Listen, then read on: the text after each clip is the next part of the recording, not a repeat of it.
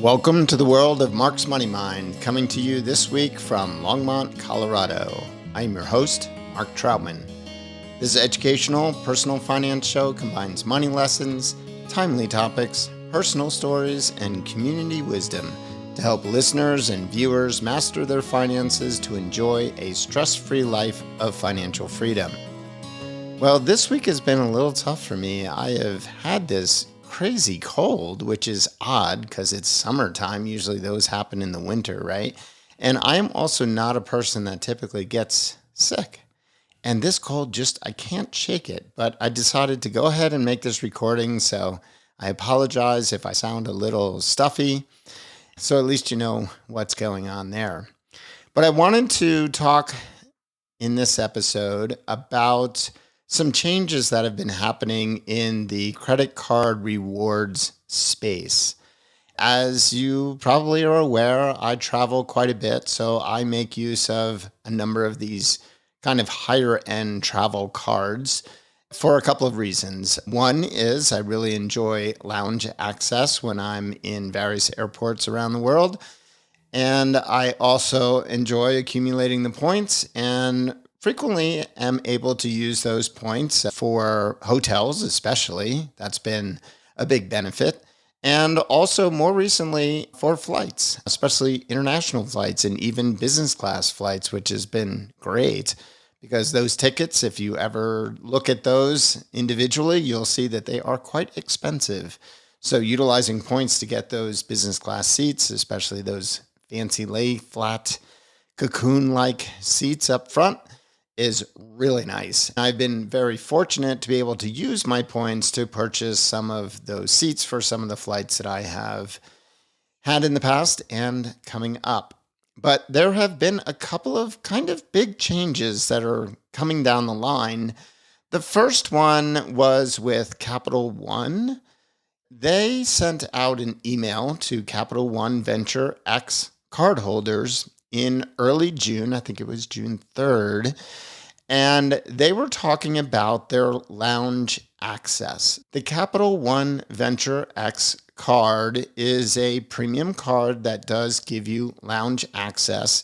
And Capital One has a number of their own lounges, their own branded lounges. And they also give you access to the Priority Pass lounge system. The way it works is if you are the primary card holder, you can get into either the Capital One lounge or one of these Priority Pass lounges yourself, and you can invite two guests. Well, that has now changed, and it will go into effect beginning February 1st of 2026, so not immediately. You will no longer be allowed to bring guests into the lounge for free. After February 1st, 2026, that cost will be $45 per guest, starting with the first guest. So that's a big change. The other thing they've done is they have taken away the guest passes for the Priority Pass lounge system. So now, as the card holder, you can still get into the Priority Pass lounges, but you can no longer bring a guest for free. It will also cost you an additional $35 per guest. Now, the other thing that is kind of interesting with this card, and one of the things that I thought was very advantageous, especially for my daughter, for example, is I could add her as an authorized user on the card. She would get her own card, and there was no cost to that. And that would give her full access to the lounge, even without me being present, and also the ability to bring two guests in. So that was quite a big benefit for this card. They have also changed that. So if you want to have an authorized user on your account and give them the ability to have lounge access, again, this would only now be for themselves, no longer for guests. You can do so, but you will need to pay a $125 annual fee for that authorized user to have the lounge access. That's a big change. My daughter and I have had some discussions on how we might approach this. Of course, we don't really need to do anything until February 1st. Let's back up a minute and talk a little bit about what the card is. And these are things that have not changed. It is a $395 annual fee. And a lot of people will say, whoa, $395, that's a lot of money. It does give you 2 times points on everything you charge, which is a pretty good benefit. So you are able to accumulate points quicker than just 1 point per dollar charged. So that's good. But the $395 annual fee, you need to look at it from the standpoint of what are you getting for that. So $300 comes back to you in the form of a travel credit, provided that you book through the Capital One travel portal, which is a little bit of a pain relative to the Chase Sapphire Reserve. And we're going to talk about that card in a little bit. But you do need to book through their portal. And usually what I'll do is I'll book maybe a low-cost flight through there, although I'm usually not a fan of booking flights through travel portals, because if I need to make any changes, I'd rather do it directly with the airline and not have to go to the travel agent, in essence, which would be Capital One in this case, to make those changes. So I do like to use it for things instead, like hotels or rental car, for example. And I've been able to get that utilization of that $300 pretty easily every year. So in my mind, it's not a $395 card. It's really a $95 card once you net out that $300 travel credit that is pretty easy to use. The other thing that you get is after every anniversary, you get 10,000 points put into your account. And that really offsets the $95. 10,000 points is worth generally more than $95 in usage. So you can kind of translate that into other uses that are going to exceed that $95. So the 10,000 points really offsets the 95. So effectively, for me, I kind of view this as a free card because of those two things. Now, going back to after February 1st, what would I plan to do? Now, one option would be just to add a authorized user and pay the $125, and they can have access to the lounge. You could just, if you travel together, for instance, you could just pay the $45. You would have to do that. What is that? About 3 times before the $125 made sense to pay. Of course, you would need to be together because the primary card holder would have to be there to get that person in as a guest. So if that person was traveling on their own, maybe it makes sense to pay the $125. Here's the other option. Just have them get their own card. And that's probably what we will do for the same reasons, because it's pretty easy to offset that $395 annual fee by using the travel portal for $300 of credit and then getting the extra 10,000 points. And what someone mentioned to me as well is you could also refer that person. And the referral program for the Capital One Venture X currently is 25,000 points. So if you refer somebody to the card, you will get a 25,000 point bonus in your account. So there's another benefit there. I think that's probably what we're going to do. We will certainly wait and see and decide later. We don't need to really make any changes until February 1st. But I will say that I understand why they're doing this. So we recently went to a wedding down in Florida for my niece's wedding, Jessie Rose and Connor. Congratulations, you guys. And we went to the Capital One Lounge. We have one in Denver. Denver is our home airport, and there is a very nice Capital One Lounge there, and we utilize it quite extensively. I probably go there, I would say, at least a half a dozen times a year. And when we got to the airport, someone had alerted me that you can check on the app to see if there is a waiting list for the lounge. And previously, I had just gone to the lounge and found out there's a waiting list and put my name on it. But then someone told me you can actually go on the app and put your name on the waiting list even before you get there. And you can do that once you get to security, for example. You do have to be there within 10 minutes if your name is called to get in, so you don't want to do it too early. But when we got there, there was a waiting list. It seems to be quite popular, especially the one in Denver, and certainly people are bringing in guests, so that does affect the capacity of the lounge. So I do understand why Capital One is implementing these changes, and that is also the case for the Priority Pass lounges. I've found them to be quite busy lately, so I understand why they are backing off of the guests on that one. And just to give you a heads up on where their lounges are, I have them written down here. And Denver, as I mentioned, there's one at DFW, so Dallas Fort Worth. That one also is very nice, and I've also had a wait list situation there. There are the two in Washington, D.C., DCA and AID, Las Vegas, JFK, and they are adding one in LaGuardia as well. They're very nice lounges. I think it's worthwhile to have the card if the lounge is in your home airport, and I am going to keep that card, and we just have to figure out the workaround for my daughter. And like I said, she'll probably just get her own card. She is certainly old enough to have her own cards, which she does. In this case, it was previously beneficial to just make her an authorized user, and that card she carries, and if she needs to make a purchase for me for my house or something like that, she just uses that card, and I don't have to reimburse her, so it makes life easy. But I think she will be getting her own card, and I'll probably refer her to that card.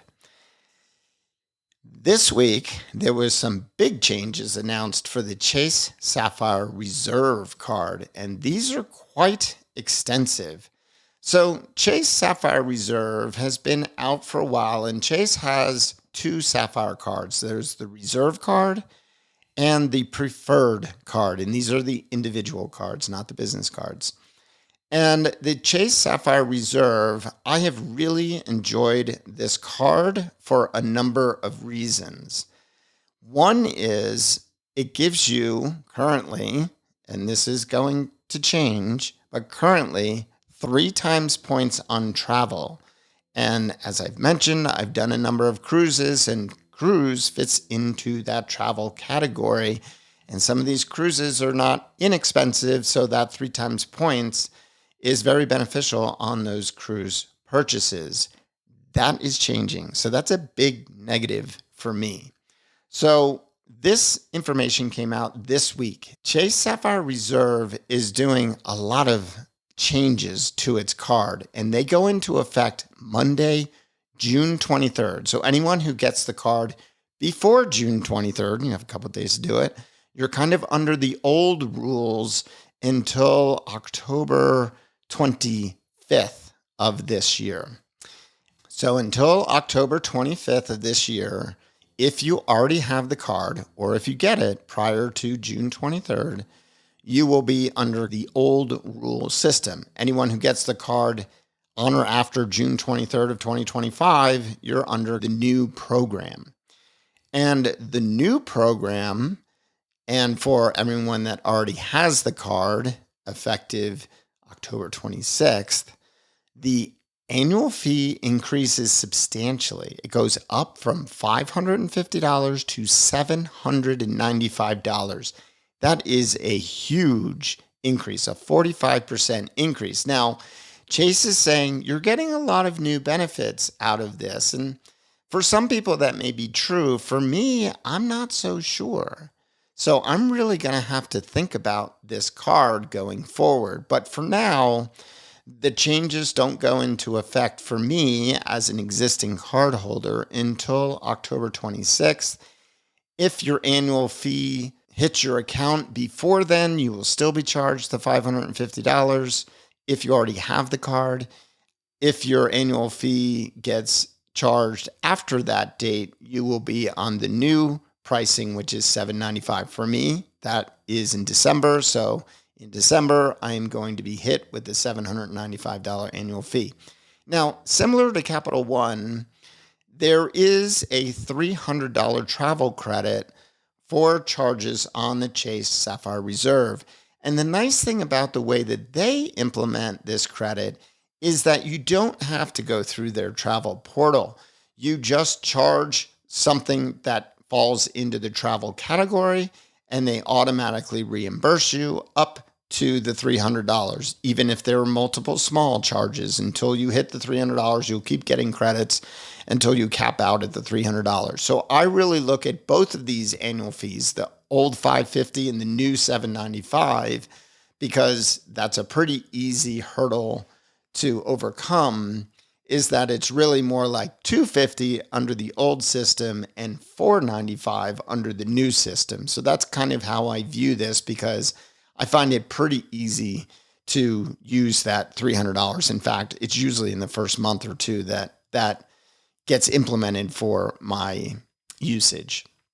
Now, the other things that are changing are kind of significant. So let's start off with the lounges. Now, Chase Sapphire has its own lounges, and they are not doing what Capital One is doing. You can still bring in 2 guests into their lounge. So that's a big benefit. Now, they don't have as many lounges, but I would presume that they are going to start expanding just like Capital One has, because they're in competition with each other.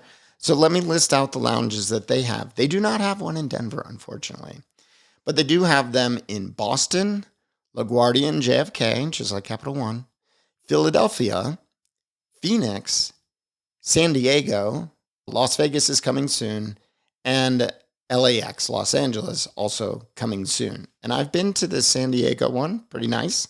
I enjoyed that, but they don't have as many, but at least you can still bring in 2 guests for free. So that's good. They also give you Priority Pass Lounge access, the same Priority Pass system that Capital One gives you, and they are not taking away the 2 guest passes that you can have when you go into a Priority Pass lounge. So that is a benefit. So that is going to have to go into my calculation of whether I keep this card.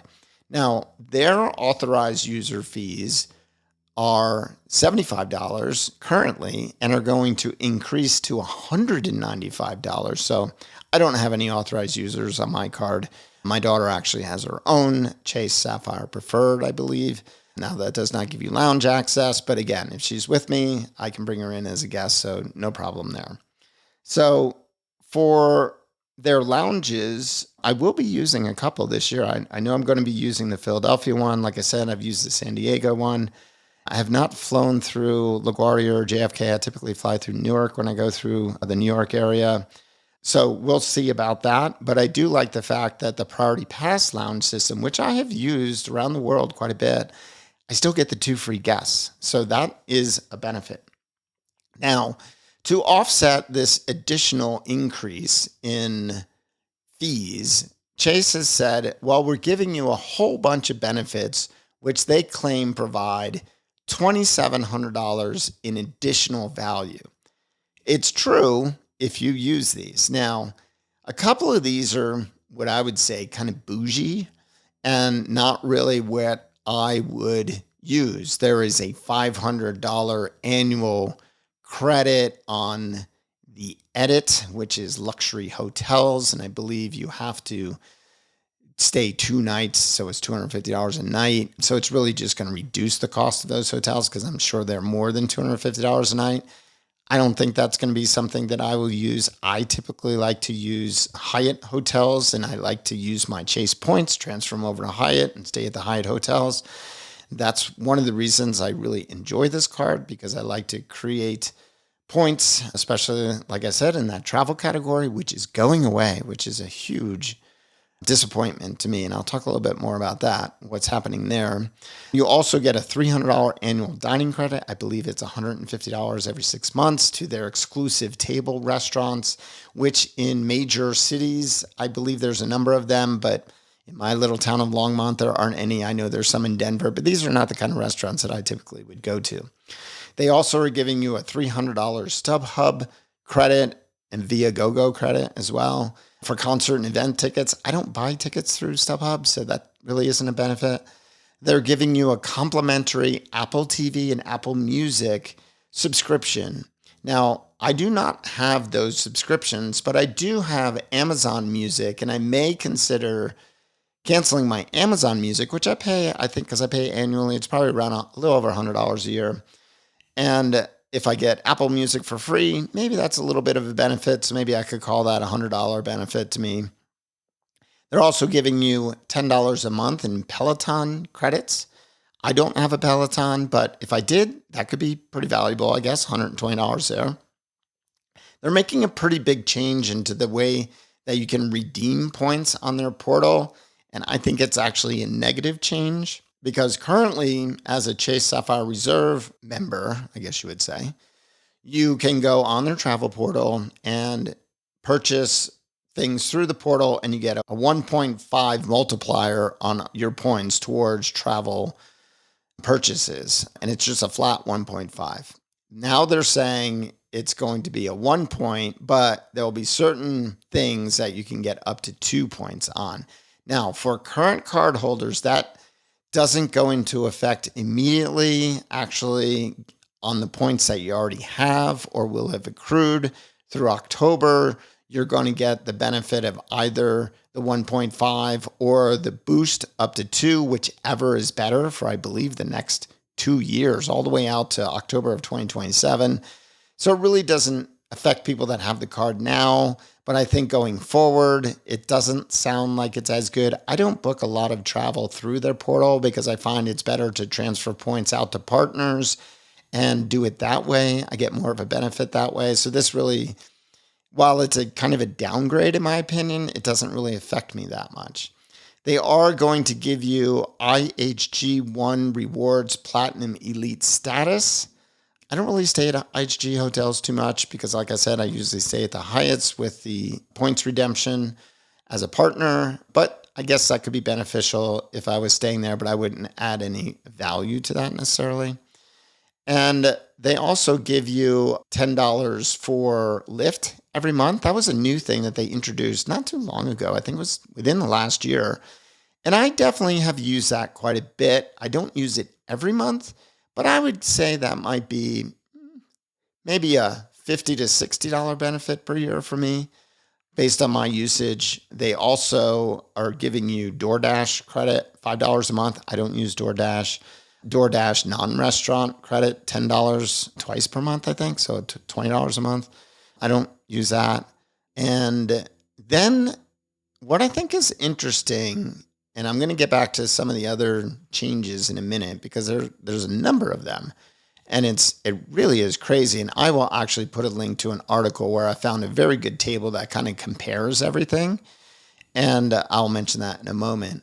But one of the things, both Capital One and Chase, and you can see where they're trying to go with these cards, is they're really trying to attract high spenders because once you breach $75,000 a year in purchases on the card, it kind of unlocks some additional bonuses. Now, that's not me. I don't charge that much on my card, but you can see that that's kind of what they're trying to cater to. And I also believe that Chase Sapphire Reserve in particular, not so much Capital One, is really going after the American Express Platinum member because a lot of their changes seem very similar to what American Express currently has in place. And American Express now has alluded to the fact that they are going to make some big changes in the fall. And what's interesting is American Express always likes to be kind of like the premier card, and they've always had the highest annual fee. Well, Chase has just eclipsed them in the annual fee category because the American Express Platinum card has a $695 annual fee, and now Chase's is $795. So I fully expect that American Express Platinum is going to go north of $795. And some people have even alluded to the fact that it may break the $1,000 mark. I have that card, and I would have a tough time justifying a fee of that much. But for now, I do have that card, the American Express Platinum card. I literally have all three of these. I signed up for them primarily for the bonuses, but also to gather some points in their system. But I'm really going to have to think about, do I want to continue to have all of these cards? Which one is most beneficial for me? So I do have a little time. I will definitely keep the Capital One Venture X. I think that's kind of a no-brainer. It's pretty inexpensive as long as that $395 fee net of the $300 brings it down to $95 plus the 10,000 points. That's pretty much a free card in my mind for my usage, so no problem keeping that unless they change their annual fee. We have to see. But for now, that's a keeper. The Chase Sapphire Reserve, I have up until October or really December when my annual fee kicks in to decide how I want to do this one, if I want to keep it or not. I'm kind of on the fence on this one. I could downgrade or could get the Chase Sapphire Preferred, which previously you could not have both. And now they say that you can have both. So it'll be interesting to see if there is a play in switching and even potentially getting a bonus for the Chase Sapphire Preferred and then potentially letting the Reserve lapse. I don't know. We're going to have to see because there's so many changes going on. The chart I came across was at thefrequentmiler.com, and I'll put a link in the show notes to this. And it's a really nice comparison chart. So we know that the annual fee went up from $550 to $795. The additional card or authorized user fee goes up from $75 to $195. Previously, you were getting 3 times points in kind of a very broad travel category. So that included flights, hotels, it would include parking, it would include buses, trains, cruises, pretty much anything related to travel. You got 3 times. Well, they're changing that. And that, to me, is a big negative. They're increasing flights and hotels from 3 times to 4 times, which is nice. And that is outside of the travel portal. So that's just booking flights and hotels directly. You get 4 times points now. That's okay. But I get 5 times points on flights with my American Express Platinum card. So that's not really a huge benefit. Hotels, I will typically, or I've been lucky enough to have enough points to transfer over to Hyatt and use those points. So I haven't really been buying too many hotels with my card. But if I do, 4 times is not bad because that's probably the best one that I have out there. Unless I use one of the hotel cards directly, like I have a Hyatt card, I think I get 8 times points if I purchase a room at Hyatt with my Hyatt cards. I don't know. Maybe that's not the greatest thing. Every other travel category other than flights and hotels gets dropped down to 1 point. So that's a big bummer. Like I said, for cruises. Now, I was reading when I was, kind of doing my homework for this episode and really my homework for what am I going to do with this stuff. I came across that the Chase Inc. Preferred business card is 3 times points on travel. I believe that is the case for all travel items. So if you have that card, maybe that's a workaround because if you have the Inc. business card, you can aggregate those points and bring them over to your Sapphire Reserve or Sapphire Preferred card. And maybe that's a way to still get 3 times points on travel other than flights and hotels. We'll see. The dining 3 times doesn't change, but I get 4 times points dining with the American Express Gold card, which I still have. I was going to cancel that one, but I called the retention desk and got a bonus offer that made it worthwhile to keep it for an additional year because their annual fee went up. I think it went from $225 to $325, which was kind of a big boost, and I was going to cancel it, but they gave me a retention offer that seemed to be good enough to keep it. But I get 4 times dining on that card. On their travel portal, you used to get on hotels and cars 10 times points. Now that's dropping to 8 times points. And if you use their travel portal for flights, you will now get 8 times points instead of 5. But again, I'm not a huge fan of booking flights through the travel portals because if there's any issue with the flight, I want to deal directly with the airline. I don't want the airline to say, oh, well, you booked this through a travel portal. You're going to need to talk to them about this. I'd rather just book the flights directly with the airline. But at 8 times, maybe 4 flights that I'm not as worried about, maybe it's worth it. I'll have to see. And then other travel, if you book it through the portal, you do get 8 times. So that's potentially beneficial. But again, I don't really use the travel portal that much. With Lyft, at least through September of 2027, you get 5 times points. I have associated my Lyft account with this Chase card because I do get the $10 a month automatic credit and I get 5 times. So that's great, but I don't probably charge enough to make it worthwhile as the only reason for this card, but it's a nice benefit. And then some of the other things, like I said, that whole where you used to be able to redeem 1.5 cents per point through their portal. Now it's going to be somewhere between 1 and 2 cents. Probably, my guess, most likely 1 cent instead of the 1.5. And maybe occasionally they'll bump it up to 2 for some special things. All of the transfer partners remain the same. You still get the guests with the Priority Pass. That's 2 guests with Priority Pass. You still get 2 guests with the Sapphire Lounge, which, again, they don't have too many, but they do have a couple. Like I said, you get the IHG premium status, and that's through the end of 27, so that's nice. The Apple TV subscription, the Apple Music subscription, and then those exclusive tables and some of those other things that don't really affect me. You also get, like I said, the travel credit each year, which is super easy to use. You just charge it on your card, you get reimbursed. That's great. As with pretty much all of these cards, you get every 4 years $120 credit for global entry or TSA PreCheck, but that's pretty common among all of these cards. And there are, like I said, some additional benefits, and I won't go into them if you spend over $75,000 on the card. But again, that's not me. And it's going to be very interesting to see what happens to the American Express Platinum card. And I'm hoping they don't really boost the annual fee because it's already tough to justify it at $695.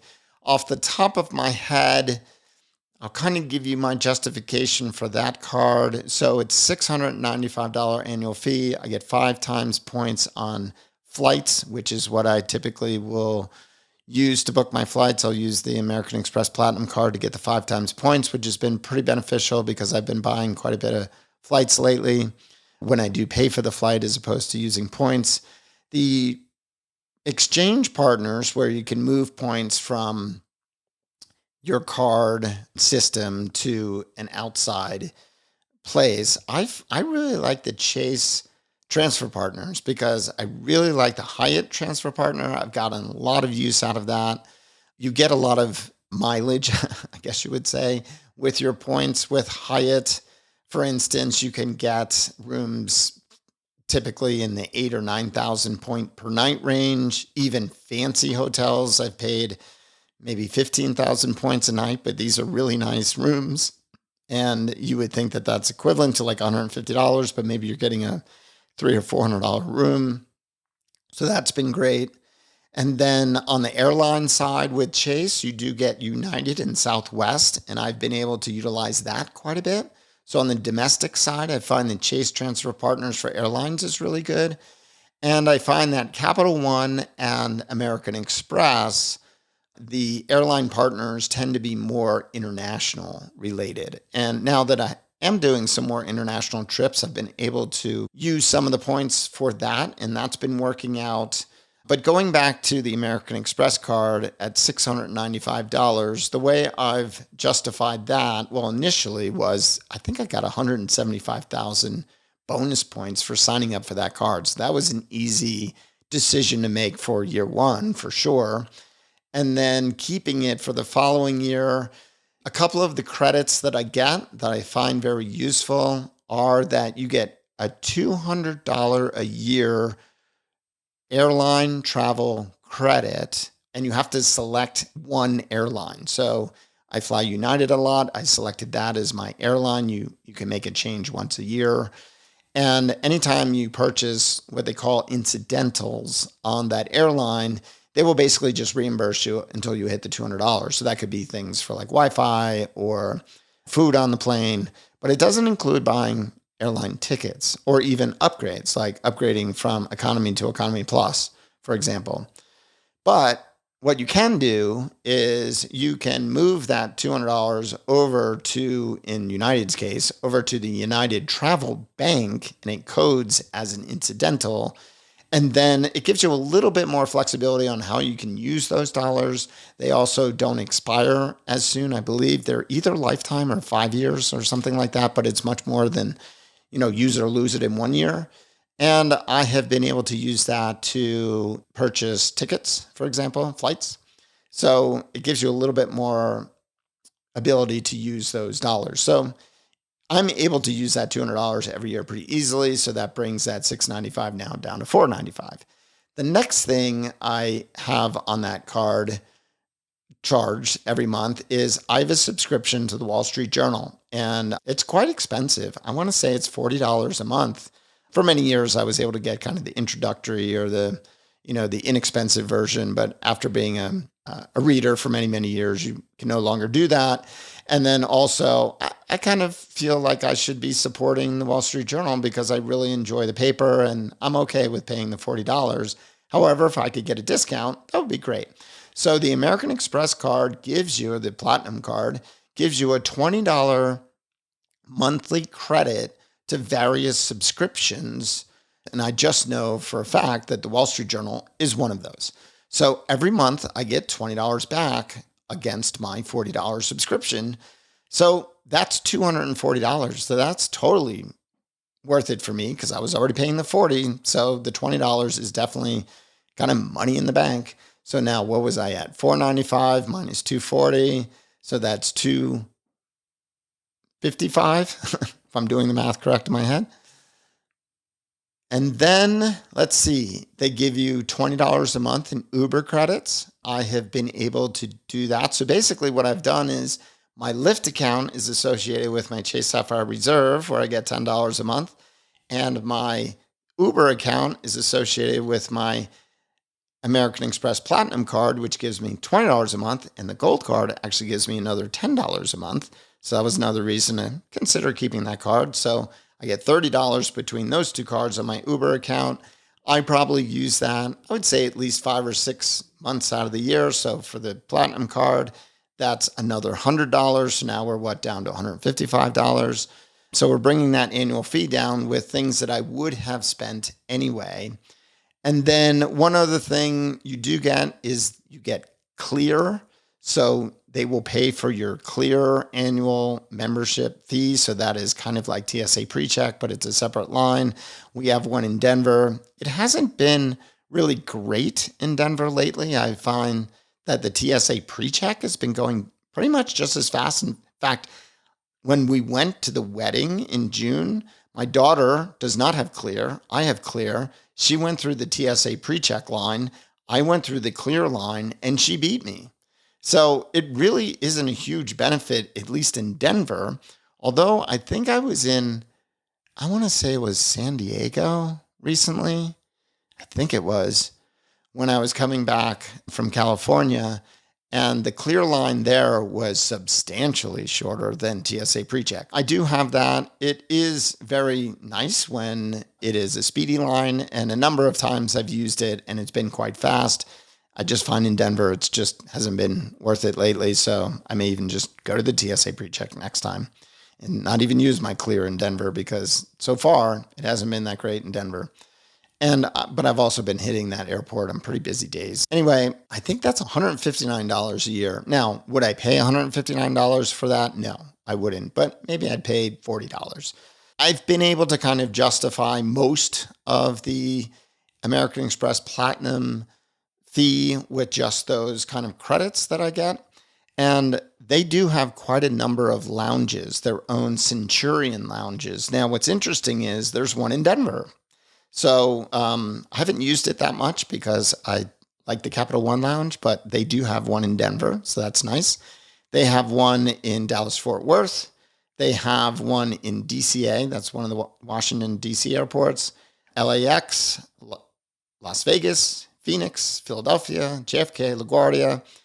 And some of those are overlapping the Chase and the Capital One lounges, but where they have lounges that Capital One and Chase don't have any is Atlanta, Charlotte, IAH, what is that? Houston, I think, right? Miami, San Francisco, Seattle, and they have two coming, one in Newark, which is nice, and one in Salt Lake City. So the downside to their lounges, very much like the Capital One lounges now, is that it's only gets in the primary card holder, no guests. And the guest fee is $50.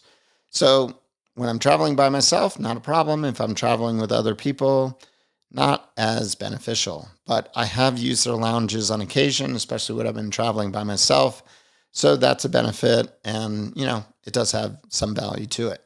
But again, we'll see what they come down with in the fall. They've talked about, and man, I hope they don't try to break the $1,000 a year barrier, because that's just going to be, I think they're going to lose a lot of people. If they do that, they're probably going to have to be somewhere close to the Chase Sapphire reserve fee of $7.95. Maybe they go $8.95. I don't know, because they always want to be top dog when it comes to annual fees. For some reason, the higher the annual fee, the more, prestigious the card is, I guess. Anyway, so we'll see what happens there. Hopefully they add some more credits that make it worthwhile, at least ones that I can use.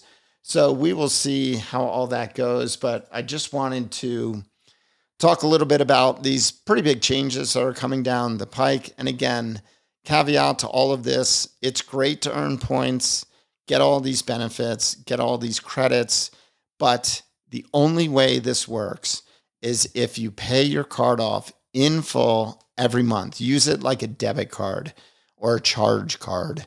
There is no benefit to this game if you are carrying a balance, because these cards are considered kind of the premier travel rewards cards, and their interest rates on outstanding balances are really, really high. I haven't even looked at them because I don't carry a balance, but I think they're in the above 20% per year.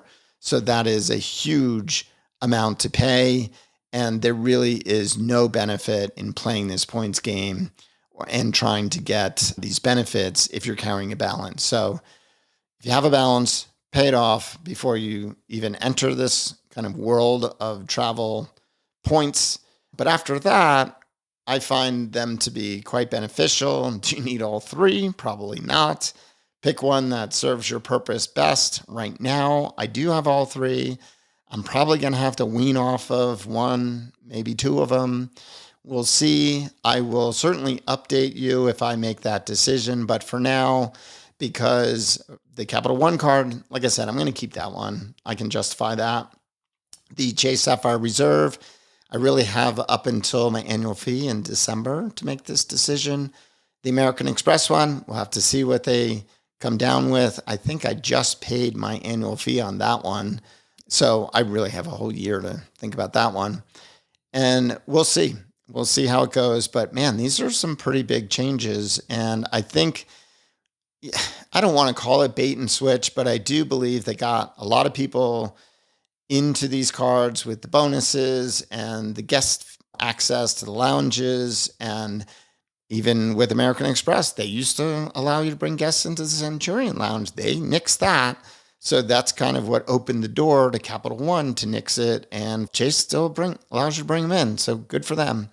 But I think what happened was the lounges, and I've noticed this, have gotten really, really busy.